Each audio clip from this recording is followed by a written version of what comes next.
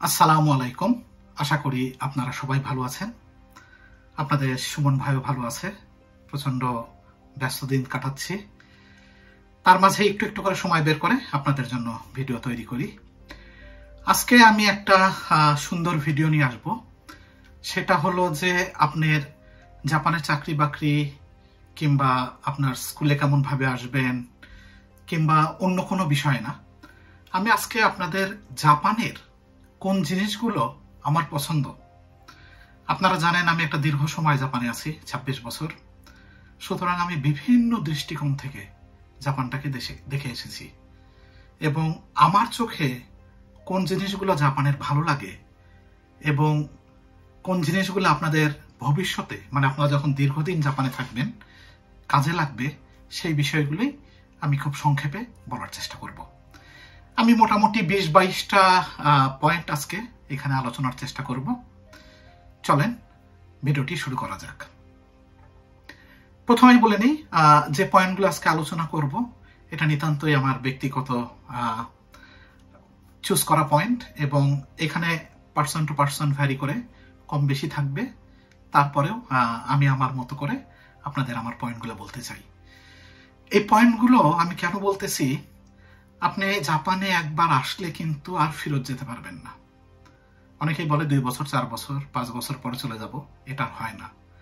কারণ আপনি একটা যখন সুন্দর জীবনের একটা কি বলবো আশা পেয়ে যাবেন, একটা যখন আলো দেখতে পারবেন সুন্দর জীবনের জন্য, তখন আপনি আর এই দেশ থেকে ফিরে যেতে পারবেন না। যার ফলে আপনার লং টার্মে আপনার জাপানটা কেমন হবে, দীর্ঘদিন আপনার জাপানটা কেমন হবে, আপনার পেনশন লাইফ কেমন হবে, আপনার বাচ্চাদের জীবন কেমন হবে, আপনার যখন বয়স হয়ে যাবে তখন লাইফ কেমন হবে, এই সবগুলো কথা চিন্তা করে আমি আপনাদের সাথে আজকে 22টা পয়েন্ট শেয়ার করার চেষ্টা করব। তো আমাদের প্রথম পয়েন্টটাই হলো গভর্নমেন্ট হেলথ ইন্স্যুরেন্স। জাপানের যে জিনিসটা আমার সবচেয়ে পছন্দ হয় সেটা হলো প্রত্যেকটা মানুষ, আপনার যদি এখানে ভিসা থাকে, জাপানিজরা যে সুবিধাটা পায় আপনিও একই সুবিধাই পাবেন। এই দেশের সবচেয়ে ভালো যে জিনিসটা, এখানে কিন্তু ফরেনার এবং জাপানিজদের মধ্যে কোনো ডিসক্রিমিনেশন নাই, একই সুবিধা আপনি পাবেন। তো এখানে সবাই হেলথ ইন্স্যুরেন্সের আন্ডারে আছে, গভর্নমেন্টের হেলথ ইন্স্যুরেন্স। এবং এইটা হচ্ছে দুইটা নাম আছে হেলথ ইন্স্যুরেন্সের। একটা হলো আমরা বলি কোকোমিন কেনকো হোকেন, যারা অফিসে কাজ করে না তাদের জন্য। আর একটা হলো সাকাই হোকেন, যারা অফিসে কাজ করেন, অফিস যাদের ট্যাক্সটা নেয় কিংবা গভর্নমেন্টকে দেয় তাদের জন্য। তো এই ইন্স্যুরেন্সের যেটা সুবিধা সেটা হলো যে আমরা যখন অসুস্থ হই কিংবা জ্বর আসে, সর্দি কাশি যাই হোক, কিংবা বড় ধরনের কোনো রোগ হলে আমরা যখন ডাক্তার দেখাই, টোটাল বিলের উপরে আমাদেরকে শুধু 30% পে করতে হয়, আর বাকিটা গভর্নমেন্ট পে করে। তাহলে বুঝতেই পারতেছেন যে জিনিসটা কত বড় একটা জিনিস এবং কত দারুণ অ্যাট্রাকটিভ একটা জিনিস। এবং যাদের ছোট বাচ্চা আছে তাদের কিন্তু কোনো চিকিৎসা ফি লাগে না জাপানে, পুরোপুরি ফ্রি। 70% এই হেলথ ইন্স্যুরেন্সের মাধ্যমে গভর্নমেন্ট থেকে দিবে এবং 20 to 30% আপনার সিটি ভেদে চেঞ্জ হবে, এটা সিটির পক্ষ থেকে দেওয়া হবে। যার ফলে ছোট যদি বাচ্চা থাকে, আমার যেরকম বাসায় আমার ছোট বাবু 6 বছর বয়স, ওখানে যখন আমরা হাসপাতালে যাই আমাদের কিন্তু কোনো টাকা দিতে হয় না, আমরা ডাক্তার সাহেবকে দেখাই, ওষুধ নিয়ে চলে আসি, দ্যাটস ইট। আজকে আমার চ্যানেলটি যারা প্রথম দেখছেন তাদের জন্য আমার একটি সংক্ষিপ্ত পরিচয়। আমি সুমন জায়েদি 1999 সালে ফরেন স্টুডেন্ট হিসাবে হোক্কাইডো ইউনিভার্সিটিতে পড়াশোনা করতে আসি। তারপরে পড়াশোনা শেষ করে বর্তমানে জাপানের একটি বিখ্যাত গাড়ির কোম্পানিতে অটোমোটিভ আইটি ইঞ্জিনিয়ার হিসাবে নিয়োজিত আছি। আমার এই চ্যানেলটির প্রথম এবং প্রধান উদ্দেশ্য হলো আমার এই দীর্ঘ 26 বছরের এক্সপেরিয়েন্সগুলোকে আপনাদের সাথে ছোট ছোট করে শেয়ার করব। আপনারা যদি কেউ আমার সাথে প্রাইভেটলি কোনো কিছু আলাপ করতে চান তাহলে এই ইমেলটিতে একটি মেল পাঠাবেন, তারপরে আমরা ইমেলের মাধ্যমে যোগাযোগ করে কখন কোন দিন কথা বলবো সেটা ঠিক করে নিব। এবং রিসেন্টলি আপনাদের কমিউনিকেশনের সুবিধার জন্য আমি একটা নতুন ফেসবুক পেজ ওপেন করেছি, কারণ আপনারা জানেন ইউটিউবের মাধ্যমে ডাইরেক্ট মেসেজিং এর কোনো আমাদের সুযোগ সুবিধা নাই। সেই ক্ষেত্রে আপনারা আশা করব এই ফেসবুক পেজটিতে ফলো করে রাখবেন, এবং আমি যদি আপনাদের সাথে কুইক কোনো ইনফরমেশন শেয়ার করতে চাই সেক্ষেত্রে আপনারা এই পেজটির দ্বারা উপকৃত হবেন। আমাদের দ্বিতীয় পয়েন্টটি হলো চাইল্ড বার্থ অ্যালাউন্স। আমি যেহেতু আমাদের সব ভিডিওতে বলে আসি যে জাপানের লোক সংখ্যা দারুণভাবে কমে যাচ্ছে, তার প্রধান কারণটাই হলো এখানে বাচ্চার জন্মর হারের সংখ্যা অনেক কম। সাধারণত এরা বাচ্চা নিতে চায় না, কারণ অনেক এক্সপেন্সিভ, সবকিছু মিলাই বাচ্চা কমে যাচ্ছে। তো এই জিনিসটা থেকে মুক্তি পাওয়ার জন্য জাপানিজ গভর্নমেন্ট যে পলিসিটা নিয়েছে সেইটা হলো যে চাইল্ড বার্থ অ্যালাউন্স দেওয়া হবে। জাপানে একটা বাচ্চা হওয়ার সময় হাসপাতালে মোটামুটি আপনার 4.5 থেকে 5 লাখ ইয়েনের মতো খরচ হয়ে যায় এটা ওইটা দিয়ে। তো জাপানিজ গভর্নমেন্ট যে কাজটা করতেছে আপনার বাচ্চা নেওয়াকে এনকারেজ করার জন্য, বর্তমানে আমি যেটুকু জানি 4,20,000 ইয়েন গভর্নমেন্টের পক্ষ থেকে আপনার যখন ডেলিভারি হবে তখন আপনাকে এই সাবসিডি কিংবা এই গিফটটা আপনাকে দেওয়া হবে, যেটা কিনা একটা বাবা মার জন্য অনেক হেল্পফুল। কারণ প্রথম যখন বাচ্চাটা হয় সাধারণত সবারই বয়স কত থাকে, 25, 30, 35 এর মধ্যেই। তো মানুষের তো এই সময় এত টাকা থাকে না, এই জন্য গভর্নমেন্টের পক্ষ থেকে এই সাপোর্টটার ব্যবহার করা হয়, এবং এটা কিন্তু আপনি জাপানিজ হলেও ফরেনার হলেও আপনি এটা সবাই পাবে। আমাদের 3 নম্বর পয়েন্টটি হলো মান্থলি চাইল্ড অ্যালাউন্স। খালি তো বাচ্চা হলে হবে না, সেই বাচ্চাটাকে টিকায় রাখতে হবে, তাকে খাওয়া দাওয়া করাতে হবে, কাপড় চোপড় পরাতে হবে, অনেক এক্সপেন্সিভ। এই জন্য গভর্নমেন্টের পক্ষ থেকে প্রতি মাসে আপনার 10 থেকে 15,000 ইয়েন করে প্রতিটা বাচ্চাকে অ্যালাউন্স হিসাবে দেওয়া হয়। এইটা আপনার যদি বাচ্চার পরিমাণ বেশি হয়, আপনার যদি 2টা কিংবা 3টা বাচ্চা হয়, সেই ক্ষেত্রে কিন্তু 3 নাম্বার বাচ্চার ক্ষেত্রে আপনি মাসে 30,000 ইয়েন করে পাবেন। এটা কিন্তু বিশাল ব্যাপার। মানে এরকম কিছু স্ল্যাব আছে, কিছু নিয়ম আছে, আপনার বাচ্চার বয়স কত, কয়টা বাচ্চা, সেইটার উপর ভিত্তি করে আপনি প্রতি মাসে মান্থলি চাইল্ড অ্যালাউন্স পাবেন। আমাদের 4 নম্বর পয়েন্টটা হলো পেনশন স্কিম। আপনি যদি জাপানে দীর্ঘমেয়াদী কাজ করেন 5 বছর কিংবা 10 বছর, তে আপনি যখন অফিসে কাজ করবেন আপনার কিন্তু বেতন থেকে 1 টাকা পেনশন পারপাজে আপনার গভর্নমেন্ট কেটে নিবে। এটা অন সাইড ডিডাকশন বলে, আপনি বেতন হাতে পাওয়ার আগেই জিনিসটা কেটে নিবে। তো আপনি যখন একটা নির্দিষ্ট সময় পার করবেন তারপরে আপনি এই পেনশনটা, আপনি যদি দেশে চলে যান ওই সময় কিন্তু লামসাম একটা অ্যামাউন্ট আপনি তুলে নিতে পারেন এখান থেকে। এবং যারা জাপানে থাকবেন চিন্তা করতেছেন, তারা সাধারণত 65 থেকে জাপানিজ গভর্নমেন্টের পেনশন শুরু হয়। তো যেটা হয়, সে আমার এক্সাম্পল যদি আমি বলি, আমার ক্ষেত্রে আমি 2টা পেনশন পাবো। একটা হচ্ছে আমি যেহেতু জব করি, আমি আমার কোম্পানি থেকে একটা পেনশন পাবো, এবং একটা পেনশন পাবো আমি গভর্নমেন্টের পক্ষ থেকে। এবং আমার ওয়াইফ যেহেতু ফুল টাইম জব করে না, ফুল টাইম জব না করলেও সে কিন্তু পেনশন পাবে, এবং টাকাটা কিন্তু বেশ ভালোই। আমি যেটুকু জানি, অবশ্যই রুলটা চেঞ্জ হবে ধীরে ধীরে, সে 65 হলে পারে সে মাসে মোটামুটি 65,000 ইয়েনের মতো আজীবন পেয়ে যাবে, যতদিন না সে মৃত্যুবরণ করে। এবং আপনি যদি একটা ভালো জব করেন সেই ক্ষেত্রে দেখা যাচ্ছে যে আপনি 1.5 লাখ থেকে 2 লাখ ইয়েনের মতো আপনি প্রতি মাসে পেনশন পাবেন 65 পর থেকে। এবং যতদিন আপনি বেঁচে থাকবেন এই পেনশনটা আপনি গভর্নমেন্টের পক্ষ থেকে পেতে থাকবেন। যার ফলে যেটা হবে, দুজন মিলে, সে ধরেন আমি যদি 1.5 লাখ ইয়েন পাই, আমার ওয়াইফ যদি 65,000 ইয়েন পায়, তার মানে 2 লাখ 10-20,000 ইয়েন। আমাদের রিটায়ারমেন্ট লাইফটা নিয়ে কিন্তু তাহলে আমাদের অতটা চিন্তা করার দরকার নাই। আমাদের যেহেতু নিজেদের বাড়ি আছে, আমরা 2জন কিন্তু এই পেনশনের টাকাতে ভালো করে চলতে পারবো। আমাদের 5 নম্বর পয়েন্টটা হলো high safety and low crime rate. আপনারা জানেন জাপান ওয়ার্ল্ডের মধ্যে one of the safest country. আমি আমার ভিডিওগুলোতেও বলি, একটা মেয়ে মানুষও, একটা ইয়াং মেয়েও যদি রাত 2টা-3টার সময় রাস্তা দিয়ে পার্ট টাইম কাজ করে ফিরে কিংবা অন্য কোনো কাজে বের হয়, কেউ তাকে ডিস্টার্ব করবে না। মারাত্মক একটা সেফ কান্ট্রি। আমার বাড়ির সামনেই সিঁড়ির নিচে, বাড়ির মধ্যে যেহেতু ছোট অনেক কিছু আটে না, আমি আমার বাড়ির সামনে সিঁড়ির নিচে রেখে দিয়েছি। ভালো ভালো জিনিস আছে বাইরে, কোনোদিন একটা জিনিসও চুরি হয়নি। যার ফলে যেটা বোঝাতে যাচ্ছে, এটা দারুণ একটা সেফ কান্ট্রি।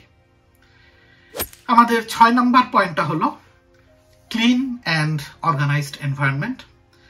জাপানের প্রত্যেকটা রাস্তাঘাট, station, public toilet, school, college, university, office, আদালত সব জায়গা কিন্তু মারাত্মক মারাত্মক পরিষ্কার। এবং এটা হচ্ছে এটার একটা কালচার। এরা দেখা যাচ্ছে একটা চকলেট খেয়েছে, আশেপাশে কোনো ফেলার জায়গা নাই, এরা কি করে পকেটে ঢুকায় নেয় কিংবা ব্যাগের মধ্যে ঢুকায় নেয়, এসে বাড়িতে এসে তারপরে গার্বেজগুলোর মধ্যে সেটাকে তারা ফেলে। যার ফলে আপনার উন্নত দেশের থেকে, আমেরিকা থেকে, লন্ডন থেকে জাপান এসে লোকজন চমকায় ওঠে, মানে এত পরিষ্কার জাপান। এটা কিন্তু আমার দারুণ একটা পছন্দের জিনিস। আমাদের 7 নাম্বার পয়েন্টটা হলো এফিশিয়েন্ট পাবলিক ট্রান্সপোর্টেশন। আপনারা জানেন বাংলাদেশে তো মেট্রো রেল বানাইছে, অলমোস্ট জাপানের কপি। আপনারা অলরেডি সেবাটা ভোগ করতেছেন। তো জাপানে এরকম মেট্রো রেল টোকিওতে 15-20টার মতো লাইন আছে।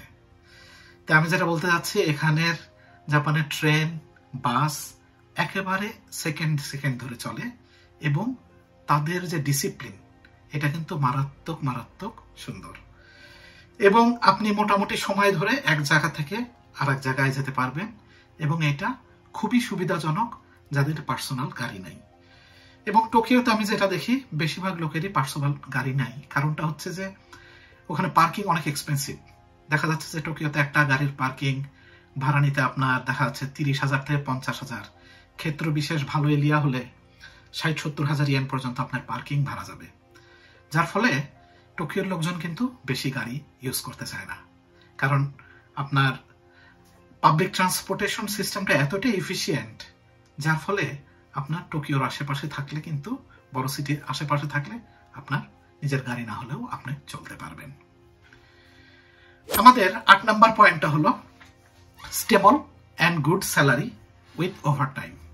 আপনারা জানেন যে জাপানে, আমি বলবো না যে একেবারে সবচেয়ে হাই স্যালারি, কিন্তু G7 কান্ট্রিগুলোর সাথে যদি আপনি দেখেন জাপানের স্যালারি ভালো। আমি বলবো না যে খুবই ভালো, ভালো। এবং এইখানে আপনার ওভারটাইমের একটা সুযোগ সুবিধা আছে, যেহেতু জাপানের লোক সংখ্যা কম, তাই আপনি স্যালারিটাও পাচ্ছেন, বোনাস পাচ্ছেন, আবার ওভারটাইম থেকেও কিন্তু আপনি একটা ভালো পয়সা এখানে ইনকাম করতে পারবেন। আমাদের 9 নম্বর পয়েন্টটা হলো job security and work visa opportunity. আপনি জাপানে, আমার অন্য একটা ভিডিওতে আমি বলে এসেছি, জাপানে কিন্তু হায়ার অ্যান্ড ফায়ার, মানে খুব সহজে চাকরি পাবেন, খুব সহজে চাকরি চলে যাবে, এই কালচারটা কিন্তু নাই। জাপানে সাধারণত জাপানিজরা একটা কোম্পানিতে ঢুকলে তারা অনেক দিন সেখানে কাজ করে।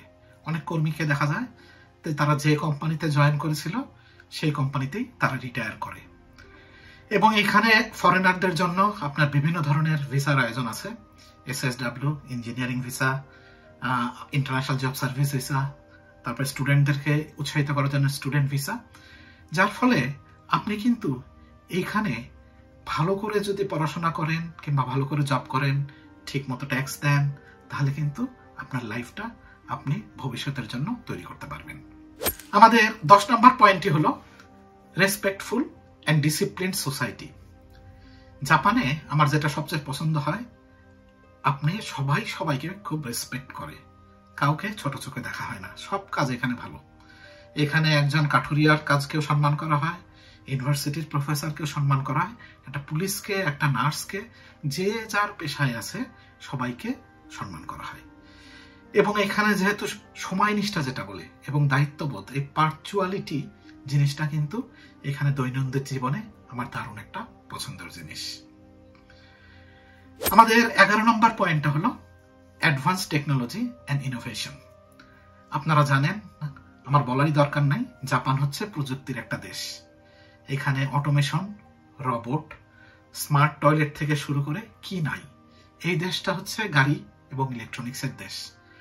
এবং এখানে আপনি এসে মনে হবে আপনার যে জাপান 2025 সালে না, জাপান বসবাস করছে আপনার ফিউচারে, হয়তোবা 2050 কিংবা 2060 সালে পৃথিবীটা যেমন হবে সেটা কিন্তু বর্তমানে জাপানে এখনই আছে।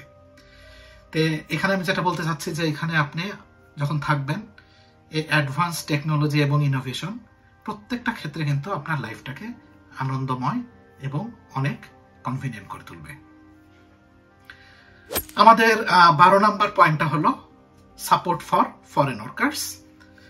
এইখানে জাপানিজ গভর্নমেন্ট যেহেতু এখন বিদেশি কর্মীদের নিতে চাচ্ছে এবং খুব এনকারেজ করতেছে, এখানে জাপানিজ গভর্নমেন্টের পক্ষ থেকে বিভিন্ন ধরনের জব হান্টিং এর এজেন্সি তারা করে রেখেছে।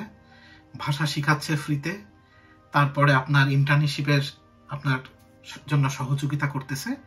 মানে বিভিন্নভাবে তারা আপনার ফরেন ওয়ার্কারদেরকে সাপোর্ট দেওয়ার চেষ্টা করতেছে, যেটা কিন্তু দারুণ একটা বিষয়। আমাদের 13 নম্বর পয়েন্টটা হলো রিচ কালচার অ্যান্ড ফেস্টিভ্যাল। জাপানে যে খালি আপনার টেকনোলজি উন্নত তা না, এরা কালচারালি অনেক রিচ। যেমন মার্চ এপ্রিলের দিকে আপনার সাকুরা ফুল ফুটবে, চেরি ব্লসম। তারপরে বিভিন্ন ধরনের এদের লোকাল ফেস্টিভ্যাল হয়, আপনার চা বানানোর অনুষ্ঠান হয়, কিমোনো পরে তারা বিভিন্ন ফেস্টিভ্যাল করে। এইসব কিন্তু জাপানের একটা দারুণ দারুণ একটা সুন্দর জিনিস, এবং প্রতি ঋতুতেই আপনি এই ফেস্টিভ্যালগুলো পাবেন, এবং আমি কিন্তু জিনিসটা দারুণ দারুণ ভাবে এনজয় করি। আমাদের 14 নম্বর পয়েন্টটা হলো নেচার অ্যান্ড সিজনাল বিউটি। জাপানের প্রকৃতি কিন্তু দারুণ সুন্দর। একদিকে যেরকম বরফ পড়ে, আবার একদিকে সেরকম ঠান্ডা পড়ে, আবার গরমও আছে। তার মানে এই দেশটাতে আপনি বরফও এনজয় করতে পারবেন, ঠান্ডাও এনজয় করতে পারবেন, এবং আপনি গরমও এনজয় করতে পারবেন। তে আমরা সাধারণত যেটা দেখতে পারি, আপনার এদের প্রকৃতি খুবই সুন্দর। জাপানে আমি যেটুকু জানি, টোটাল ল্যান্ডের 72% হচ্ছে ফরেস্ট, যার ফলে খালি সবুজ আর সবুজ। এবং আপনারা জানেন জাপান ছোট ছোট দ্বীপ নিয়ে গঠিত। একটা দ্বীপ থেকে যখন আরেকটা দ্বীপে আপনি যাবেন, ইনফ্রাস্ট্রাকচার যেহেতু খুব আধুনিক, আপনি কিন্তু দারুণ সুন্দর সুন্দর জিনিস দেখতে পারবেন।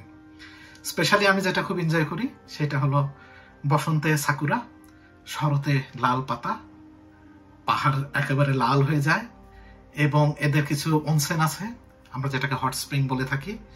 সবকিছুতেই একটা যেন আলাদা সৌন্দর্য আছে এই দেশটার মধ্যে। আমাদের 15 নম্বর পয়েন্টটা হলো long term settlement option. Japan government যেটা করে রেখেছে যে আপনি এখানে আসলেন, আপনি পরিশ্রম করলেন, তারপরে এক সময় আপনাকে গলা ধাক্কা দিয়ে বের করে দিবে তা না। আপনি এখানে আসছেন, তার মানে আপনার লাইফের একটা সময় আপনি ব্যয় করেছেন, আপনার একটা অধিকার আছে এই দেশে থাকার। যার জন্য আপনার জাপানিজ গভর্নমেন্ট কিন্তু বিভিন্ন ধরনের ভিসার অপশন করে রেখেছে আপনাদের জন্য। যেরকম আপনি যদি 10 বছর জাপানে থাকেন, আপনি পিআর এর জন্য অ্যাপ্লাই করতে পারেন। ইভেন আপনি 5 বছরে জাপানে থাকার পরে আপনার যদি একটা ভালো জব থাকে, ভালো মতো ট্যাক্স দেন, আপনি কিন্তু জাপানের সিটিজেনশিপের জন্য অ্যাপ্লাই করতে পারবেন। এবং জাপান গভর্নমেন্ট কিন্তু এখন বিভিন্ন রুল রিল্যাক্স করার ফলে আপনি অতি সহজেই জাপানের পার্মানেন্ট রেসিডেন্সি কিংবা জাপানিজ পাসপোর্ট পেয়ে যেতে পারেন। আমাদের 16 নম্বর পয়েন্টটা হলো এডুকেশন সাপোর্ট ফর চিলড্রেন। এইটা একটা দারুণ জিনিস। কি জন্য আমি দারুণ জিনিস বলতেছি, জাপানে প্রত্যেকটা বাচ্চা সে যে সিটিতে থাকে তার বাড়ির আশেপাশে সে স্কুলে যায়। এখানে কিন্তু এরকম না যে আমি থাকি একটা সিটিতে, অন্য একটা সিটিতে যে আমি স্কুলে পড়বো, এটা সাধারণত হয় না। আপনি যে সিটিতে থাকবেন ওই সিটিতে আপনার জন্য একটা স্কুল নির্দিষ্ট করে দেওয়া হবে সিটির পক্ষ থেকে। এবং এখানে বাচ্চারা সাধারণত আপনার জুনিয়র হাই স্কুল পর্যন্ত ফ্রি অফ কস্টে পড়ে।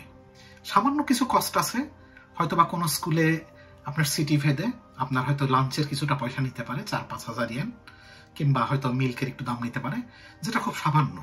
কিন্তু বেশিরভাগ সিটিগুলোতেই আপনার ফ্রি অফ কস্টে পড়ানো হয়। এবং আপনার আরেকটা যেটা, যে বাচ্চাদের যখন আপনি ছোট, যদি আপনার বাচ্চাকে ডে কেয়ারে দেন কিংবা আপনি যদি কোনো হইকুয়েনে দেন, এক্ষেত্রে কিন্তু গভর্নমেন্ট বিভিন্ন ধরনের সাবসিডি দিয়ে থাকে বাচ্চা নেওয়ার জন্য, ইনফ্লুয়েন্স করার জন্য, উৎসাহিত করার জন্য। এইটা কিন্তু দারুণ দারুণ একটা জিনিস।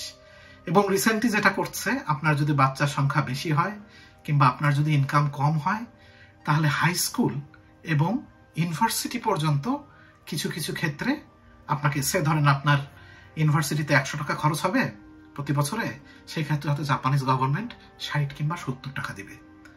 কিংবা আপনি হাই স্কুলে পড়েন, আপনার বছরে 100 টাকা খরচ হবে, সেই ক্ষেত্রে জাপানিজ গভর্নমেন্ট হয়তো বা আপনাকে 40 কিংবা 45 টাকা দিয়ে হেল্প করবে।